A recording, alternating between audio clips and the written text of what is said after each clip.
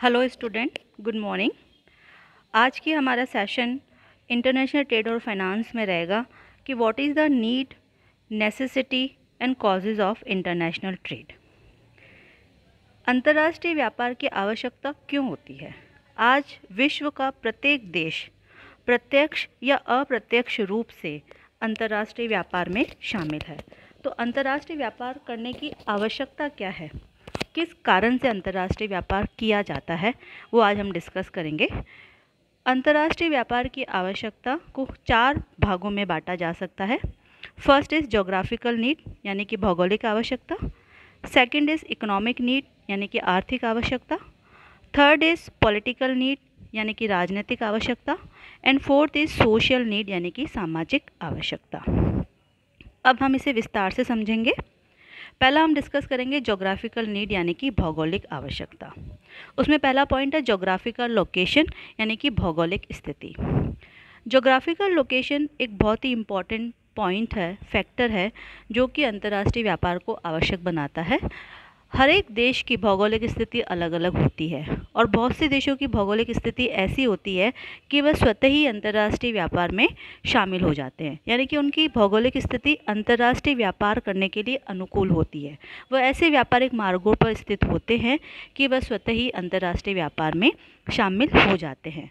जैसे भारत का हम एग्जाम्पल लें तो भारत की भौगोलिक स्थिति बहुत अच्छी है, क्योंकि भारत के सीमाओं के 3 तरफ समुद्र है, तो समुद्री रास्तों से ही मुख्यतः अंतर्राष्ट्रीय व्यापार होता है और वहाँ पे बड़े बड़े बंदरगाह होने से हम अंतर्राष्ट्रीय व्यापार आसानी से कर सकते हैं।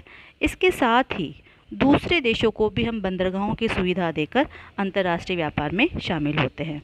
तो किसी भी देश की जोग्राफिकल लोकेशन अंतर्राष्ट्रीय व्यापार को आवश्यक बना देती है। सेकंड पॉइंट है climate and shape of land and fertility, यानी कि जलवायु और भूमि का आकार और उसकी उत्पादकता भी अंतर्राष्ट्रीय व्यापार को आवश्यक बना देती है। हर एक देश की जलवायु अलग अलग होती है और जिस देश की जलवायु जिस वस्तु के उत्पादन के लिए अनुकूल होगी, वह देश उसी वस्तुओं का उत्पादन कर सकेगा। तो बाकी वस्तुओं के लिए उसे आयात पर निर्भर रहना पड़ेगा और जो वस्तु उस देश में उत्पादित हो रही है उस वस्तु का निर्यात वह कर सकेगा, क्योंकि वो वस्तु वहाँ पर आवश्यकता से अधिक उत्पादित की जा सकती है अनुकूल जलवायु होने के कारण। और भूमि का आकार मैदानी है, पठारी है या मरुस्थलीय है, उसकी उत्पादकता क्या है, ये सब बातें भी अंतर्राष्ट्रीय व्यापार को आवश्यक बना देती है। किसी देश की भूमि की उत्पादकता और आकार कृषि के लिए अनुकूल होता है तो वह कृषि वस्तुओं का निर्यात करेगा और किसी देश के लिए अनुकूल नहीं होता है तो वो उन वस्तुओं का आयात करेगा। तो जलवायु और भूमि की आकार और उत्पादकता में अंतर होने के कारण भी अंतर्राष्ट्रीय व्यापार अपरिहार्य यानी कि अत्यावश्यक हो जाता है।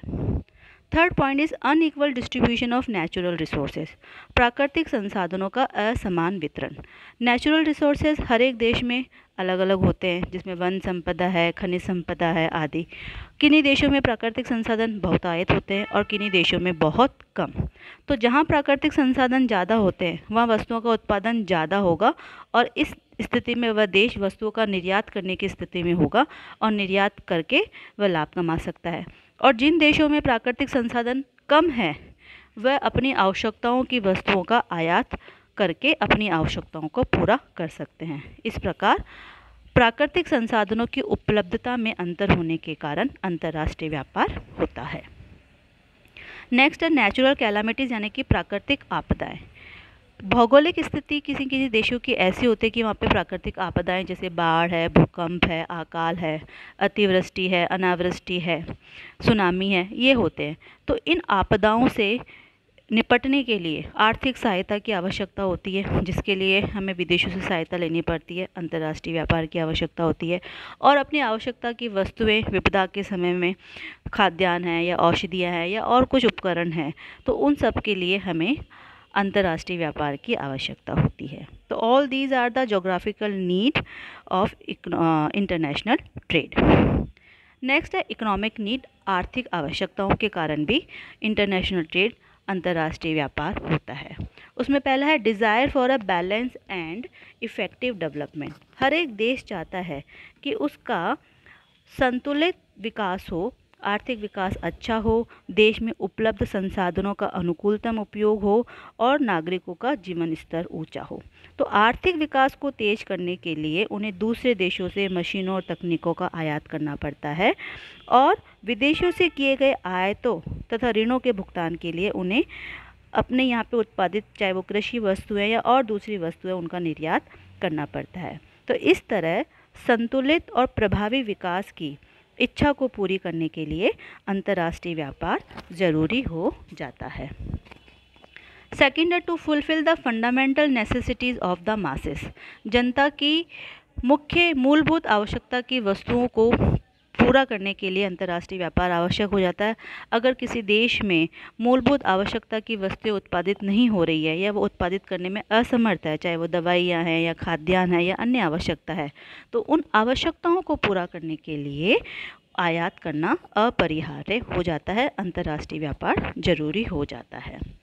नेक्स्ट है टू इम्पोर्ट नेसेसरी टेक्नोलॉजी, यानी कि आवश्यक तकनीक का आयात करने के लिए हर एक देश चाहता है कि वह तकनीकी रूप से डेवलप्ड हो, अपग्रेड हो और विकसित देशों की श्रेणी में वह आना चाहेगा। तो ऐसी कंडीशन में अगर उन्नत तकनीक उस देश में नहीं है तो वो विकसित देशों से उन्नत तकनीक का आयात करेगा ताकि वह देश भी अपनी तकनीक को उन्नत करके अपने विकास की गति को बढ़ा सके।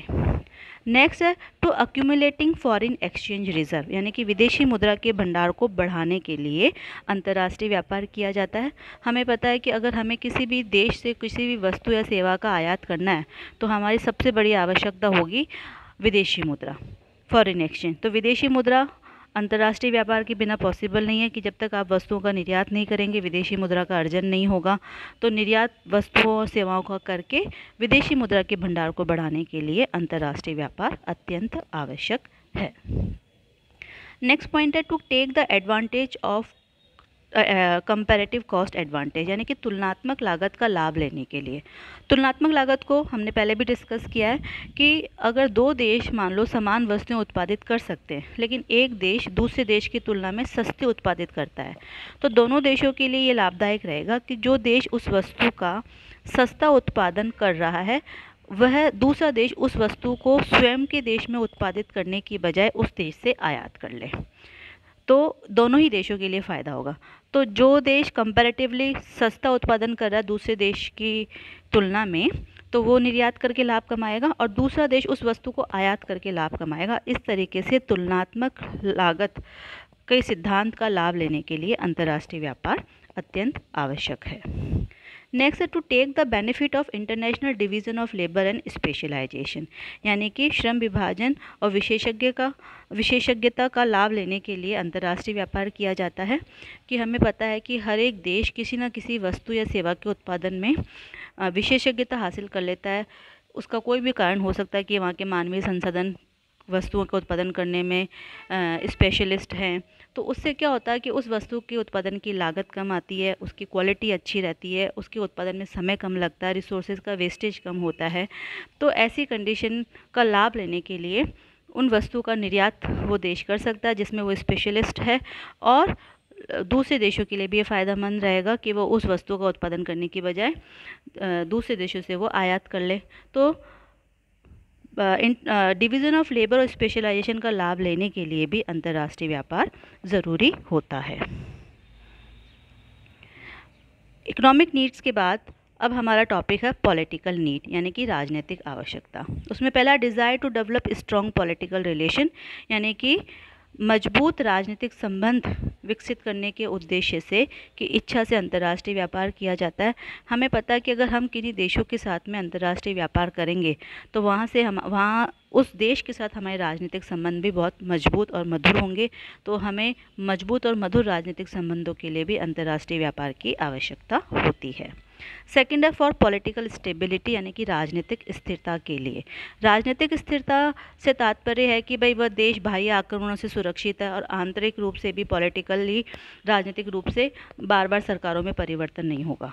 और ऐसा कब होगा? जब कोई देश मजबूत होगा। किसी देश पे कोई देश आक्रमण क्यों नहीं करना चाहेगा कि भाई अगर वो मजबूत है तो उस पर आक्रमण करने से पहले 100 बार सोचेगा, उसके रिलेटिव कौन है, उसके संबंध किन देशों के साथ में हैं। जैसे भारत के संबंध यूएसए से, रशिया से, फ्रांस से, जापान से बहुत अच्छे हैं, फिनलैंड से। तो ऐसे में भारत की स्थिति काफ़ी स्ट्रॉन्ग और सुदृढ़ है। तो उस स्थिति में दूसरे देश भारत पे आक्रमण करने से पहले कई बार सोचेंगे। तो पॉलिटिकल स्टेबिलिटी के लिए। दूसरा, अगर आपके दूसरे देशों से संबंध अच्छे हैं, इसका मतलब आप एक अच्छे लीडर हैं, तो देश में भी आंतरिक स्थिरता रहती है, देश की जनता भी आपसे सेटिस्फाइड रहती है, तो पॉलिटिकल स्टेबिलिटी रहती है। तो पॉलिटिकल स्टेबिलिटी के लिए भी अंतर्राष्ट्रीय व्यापार अपरिहार्य है। नेक्स्ट इज सोशल नीड, यानी कि सामाजिक आवश्यकता। उसमें पहला है difference in culture and civilisation, यानी कि संस्कृति और सभ्यता में अंतर। हर एक देश की संस्कृति और सभ्यता अलग अलग होती है। कोई देश भौतिकवाद को पसंद करता है, वहाँ के देश बहुत भौतिकवादी होते हैं, वस्तुओं सेवाओं का उपभोग करना चाहते हैं ज़्यादा से ज़्यादा, तो ऐसे देशों में वो वस्तुओं का आयात करेंगे। और बहुत से देश आध्यात्म में विश्वास करते हैं, तो वो जितना है उसमें संतुष्ट रहते हैं, तो वो निर्यात में ज़्यादा विश्वास रखेंगे। तो कल्चर और सिविलाइजेशन में डिफरेंस होने के कारण अंतर्राष्ट्रीय व्यापार होता है। Next is desire for varied consumption, यानी कि अलग अलग वस्तुओं का या विभिन्न वस्तुओं के उपभोग की इच्छा। हर एक देश के नागरिकों की इच्छाएं अलग अलग होती है। जिन देशों की नागरिकों की इच्छा रहती है कि वो अलग अलग वस्तुओं का उपभोग करें, अपने जीवन स्तर को आरामदायक बनाएं, उन्नत बनाएं, तो उन देशों में अलग अलग वस्तुएं के उपभोग की प्रवृत्ति अधिक होने के कारण वो अंतर्राष्ट्रीय व्यापार के थ्रू आयात करेगा उन वस्तुओं का जो वो स्वयं उत्पादित नहीं कर सकता, ताकि अपनी जनता की आवश्यकताओं को पूरा किया जा सके। नेक्स्ट है मटीरियलिस्टिक एटीट्यूड, यानी कि मटीरियलिस्टिक एटीट्यूड का मतलब है ज़्यादा से ज़्यादा वस्तुओं का उपभोग करने का एटीट्यूड, यानी कि खाओ पियो और ऐश करो, मौज करो, जैसे आज में प्रेजेंट में जियो, फ्यूचर के लिए सेव ना करो। अगर ऐसी अप्रोच है तो भी अंतर्राष्ट्रीय व्यापार को बढ़ावा मिलता है कि भाई आप जो भी है, आप अपनी लाइफ को कंफर्टेबल बनाने के लिए ज़्यादा से ज़्यादा वस्तुओं का उपभोग करना चाहते हैं, तो आप इंपोर्ट करेंगे, ऐसा देश इंपोर्ट ज़्यादा करेगा, तो ये अंतर्राष्ट्रीय व्यापार को बढ़ावा देता है। तो these all are the need and causes of international trade, की अंतर्राष्ट्रीय व्यापार होता क्यों है। Thank you.